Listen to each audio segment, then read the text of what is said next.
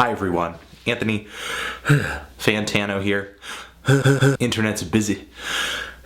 Music nerd, and it's time for a review of the new Kvelertak LP Meir, which is the latest sophomore LP from a Norwegian metal outfit. I reviewed them a while back on the channel, back when I had the tree intros. Really getting nostalgic. Missing the tree. I just gotta do this.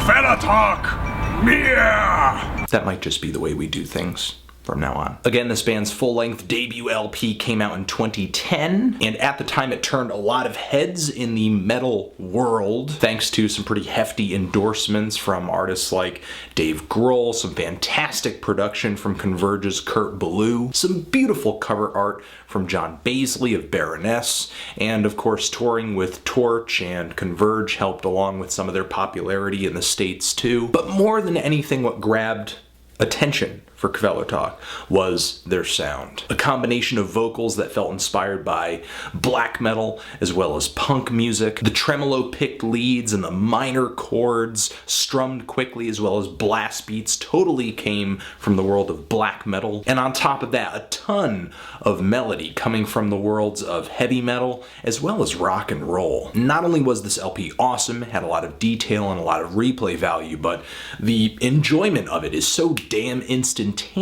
It's infectious. Now, the band is back again with this sophomore full-length, Meir, and they are catchier and more melodic than ever. And I can understand them wanting to turn up the melody on this LP, turn up the hooks, because they certainly are what kind of separated them from a lot of other metal acts in 2010. And as a result, I do think this album is maybe a little less extreme, a little less pummeling and aggressive, but it's not like the album goes so far into accessibility that it loses its punch. Even as the band lays some cleanly sung vocals over some very just harsh black metal chords on the opening track here, and on the song BRENN, which was one of the lead singles from this LP and has an incredibly melodic chorus. The production on this LP overall feels pretty much the same, which isn't necessarily a bad thing. On the last record and this record, the guitars, the drums, the vocals all sound really muscular, they're clean, they're beefy, there's a lot of clarity there. And what I find to be so awesome on this album is that the production complements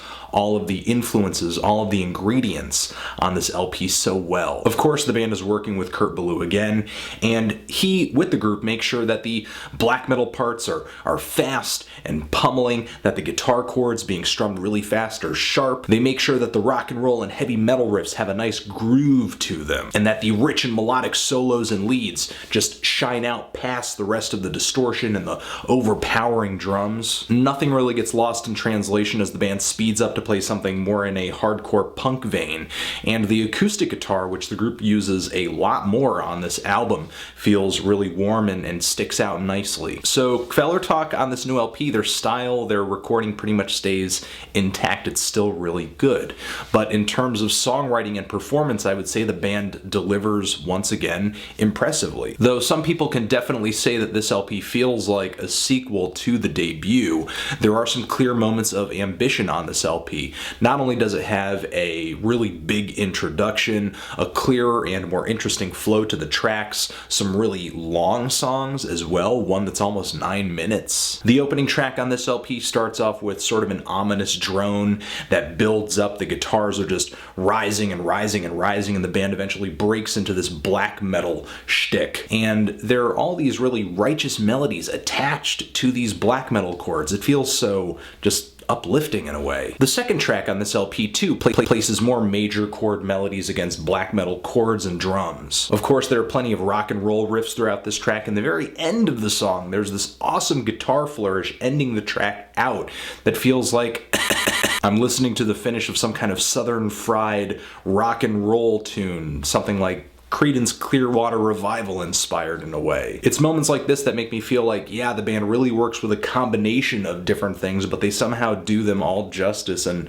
bring them all together in a way that doesn't feel that corny. Maybe it might feel like a sort of a bastardization to a purist for any of these genres, but the accurate melodic references and the playing definitely shows that Kvelertak has at least a passionate appreciation for a lot of the things that they're emulating. Now, there are some moments on this LP, like the track Trepan, which honestly don't really bring that much novelty to the table and just kind of feel like, I've really heard this from Kvelertak before. And even though overall I do think Kvelertak stays in their comfort zone on this LP, they still manage to bring just a little bit of extra variety, like the track, which in the middle of it, all of these guitars fly in that have sort of a Middle Eastern Egyptian vibe to them and go on a pretty awesome instrumental interlude right before the band kind of heads back into yet another black metal inspired verse. Now, toward the end of this LP, there's 3 tracks right next to each other, and they are kind of the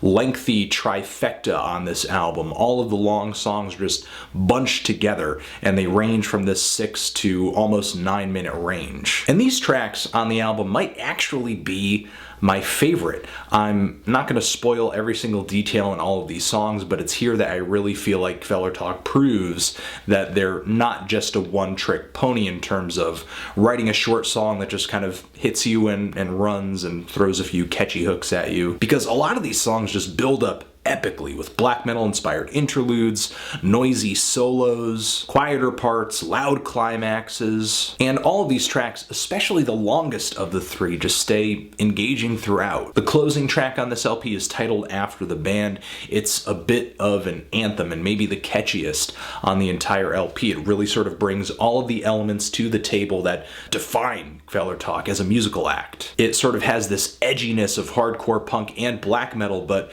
is just so rich with melody and an awesome hook that it feels like it's almost got an arena rock kind of vibe to it. At this point, in terms of the sound that the band has on this album, Meir is not incredibly revolutionary, but I gotta say, Kvelertak did a hell of a performance, a hell of a recording, some really good songwriting, and they put together a really interesting arc for this album, resulting in an album that I think is maybe a little more cinematic. For me personally, this album is on par in nearly every way with the debut, though I do think that some people may not necessarily jump on top of it as excitedly, because at this point Kvelertak is no longer a fresh face in music or the metal world in general.